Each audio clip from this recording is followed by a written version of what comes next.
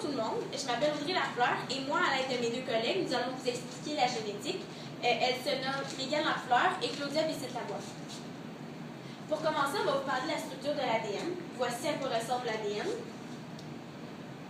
L'ADN est fait de deux brins, un brin ici et un brin là. Puis s'il est relié ensemble, c'est le nucléotide, les nucléotides.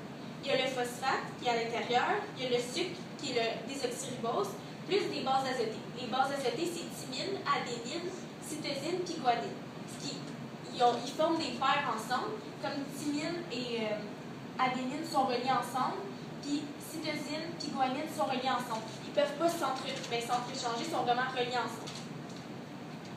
Maintenant, la réplication de l'ADN, il y a seulement deux façons, la mitose et la méiose. La mitose, ça régénère nos cellules de corps, puis la méiose, ça fait des cellules reproductives. Maintenant, la synthèse des protéines. Il y a deux façons aussi.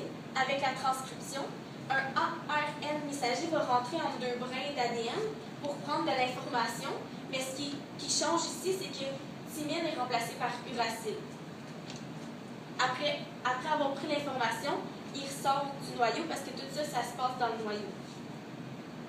Maintenant, après que le brin soit sorti du noyau, il y a la traduction.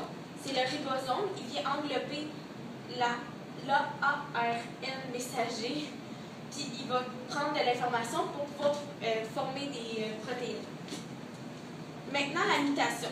Ce sont des modifications de la séquence de l'ADN dans les gènes, puis il y a des mutagènes dans l'air qui augmentent la fréquence de mutation. Comme exemple, quand on respire la boucane d'une cigarette ou des rayons X. Il y a aussi l'hérédité. C'est un caractère héréditaire. Dans le fond, c'est une propriété observable chez un individu. C'est la transmission de caractères des parents à leurs descendants. Fait que dans le fond, c'est tes parents qui vont te donner des caractères. C'est seulement eux qui peuvent te donner ça parce que c'est tes parents. Les chromosomes et les gènes maintenant. Il y a deux sortes de chromosomes. Il y a les X et les Y. X et Y ensemble, c'est seulement chez les hommes. Et le X, c'est seulement chez les femmes. Les femmes, on n'a pas de Y. Les gènes se trouvent sur les chromosomes, en haut ici sur une petite partie.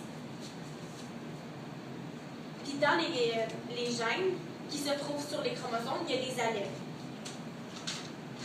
Puis les allèles, c'est une forme que les gènes peuvent prendre.